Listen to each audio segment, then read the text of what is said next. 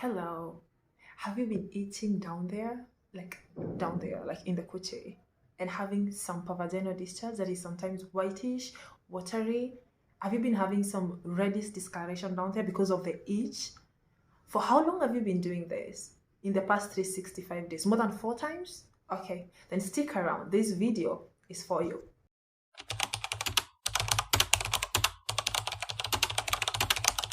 So I welcome you back to my YouTube channel. If you are a returning subscriber, I appreciate your support and I appreciate your choice to making sure that you're watching every video. If you have not subscribed to this channel, please remember to subscribe. Today I want us to be talking about recurrent vaginal yeast infection. Yeast infection is caused by a fungi called Candida albicans, and that will be an overgrowth of that particular fungi because it's a normal flora in the vagina. Now, any alteration of the vagina pH level causes an overgrowth of it. Naturally, the vagina is acidic, so anything that you might do that might cause that to change might actually contribute to you getting a yeast infection. The first thing that could be causing your recurrent yeast infection is if the previous yeast infection was not cleared, and this would be as a result that you never completed your regimen for the yeast infection. You felt better and you thought that now you could stop taking the medication, or if the medication that you were given did not target the particular strain of Candida that you're having. So it is important that if you get medicine, you complete the dosage, and if you're still having the same problem, you go back to the doctor so that they do a culture, through diagnosing again and identify the particular kind of strain of Candida that is causing your yeast infection. Now, the second thing that could be causing your yeast infection is sexual activity. Now, I have to be clear here. Candidiasis, vaginal candidiasis is not an STD, it is not an STI, but if you're getting it continuously, it could be as a result of having sex. Okay? This is because that if you're having unprotected sex with your partner, they also get that they are not resistant to the yeast infection. Okay, so when you get treated, you're also supposed to take your partner with you so that they also get treated for the same. The next reason as to why you could be having a recurrent yeast infection is because of misuse of antibiotics, or you could just be using the antibiotics right. Okay, antibiotics alters the pH level down there. That makes it very, very possible for the Candida albicans to thrive. Okay, so stop. I would advise that if you're using antibiotics, you are consulting with your doctor or your nurse so that you do not continue to get this kind of yeast infections. The next thing that could be causing your yeast infection is one simple reason, that it is not a yeast infection. Probably it is a condition that is mimicking yeast infection, especially bacterial vaginosis.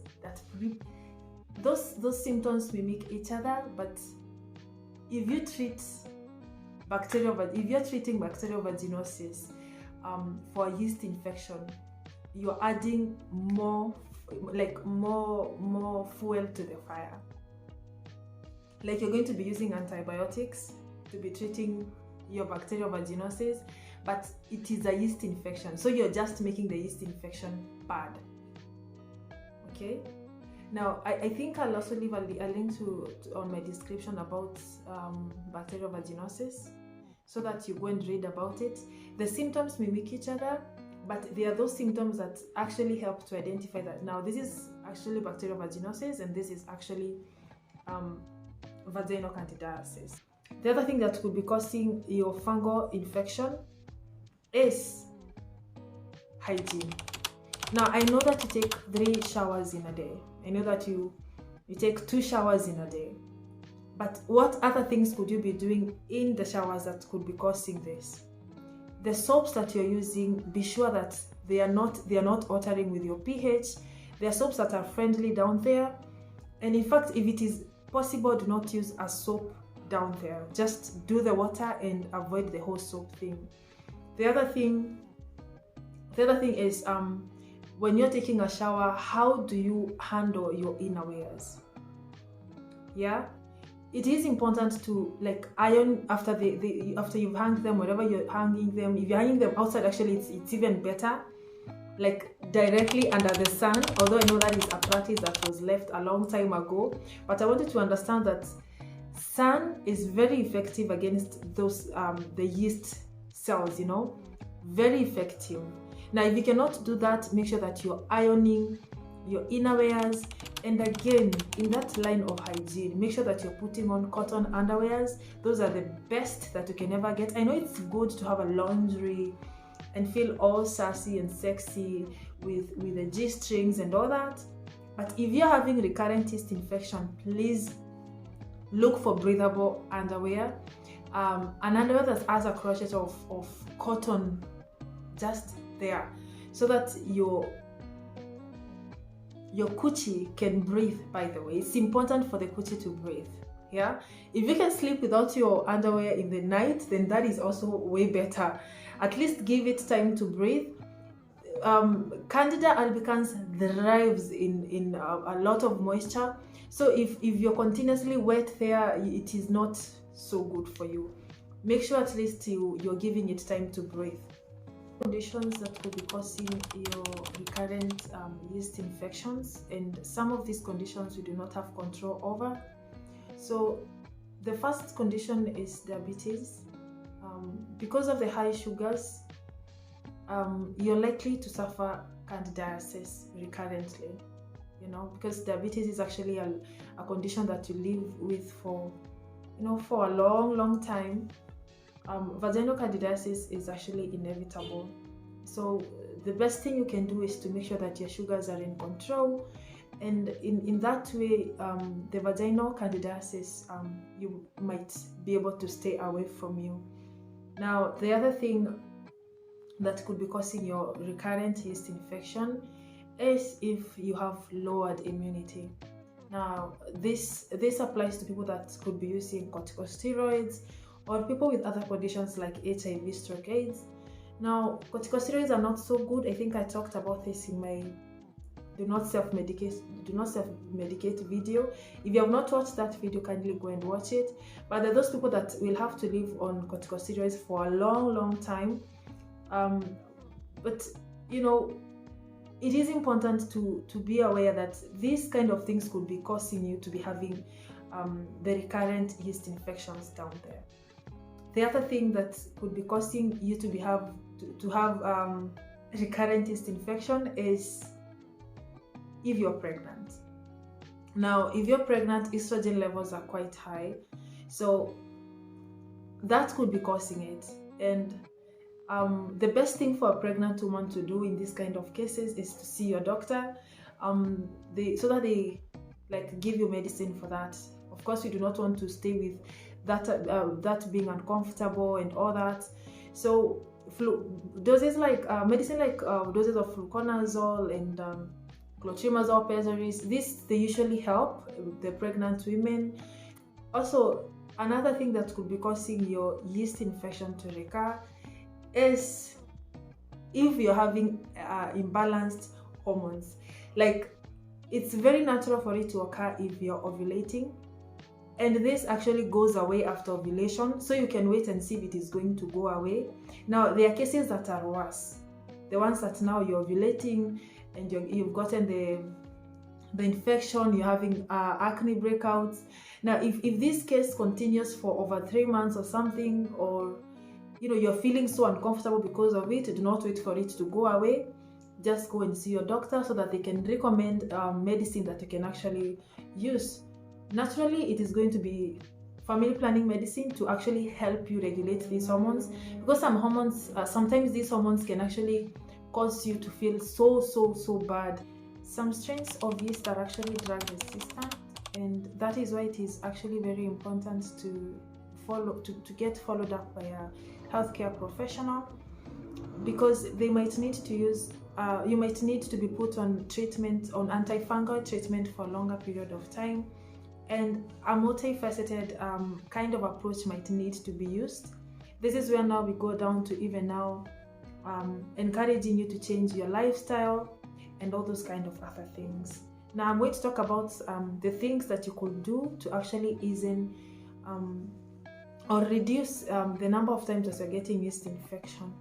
Now the first thing I'm going to talk about, if you're having drug-resistant yeast infection, is use of boric acid. Boric acid has been proven to be actually effective against drug-resistant strains of Candida albicans. But even if I'm saying this, it is important that you include your doctor even as before you go to buy this medicine. High doses of boric acid have been proven to be fatal, and pregnant women are not supposed to use boric acid. Now the next thing you can do is use probiotics and supplements. Probiotics have been proven to actually be effective because they help balance the normal ranges of bacteria and fungi throughout your body. Now the other thing you might need to do is increase intake of fermented stuff, especially fermented tea, kimchi. These fermented things that you can actually incorporate in your diet that can actually help you. Fermented milk too, and also yogurt that is rich in those lactobacillus and acidophilus. Those kind of things is important for you.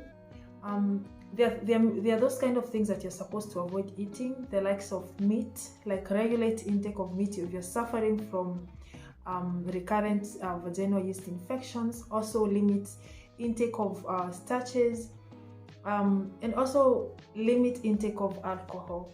This is going to be so helpful if you're having this kind of infections. The other thing you might need to do is stop dodging. If you're used to putting things in your coochie and thinking that it's helpful, you might need to stop doing those kind of things. There are other oils that have been proven to actually help, the likes of tea tree oils and coconut oils.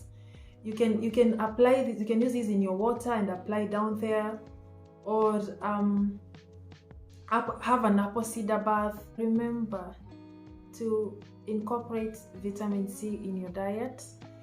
Do not directly apply vitamin C tablets or whatever it is down there. Just incorporate that in your diet, and avoid processed foods and foods that are rich in sugar.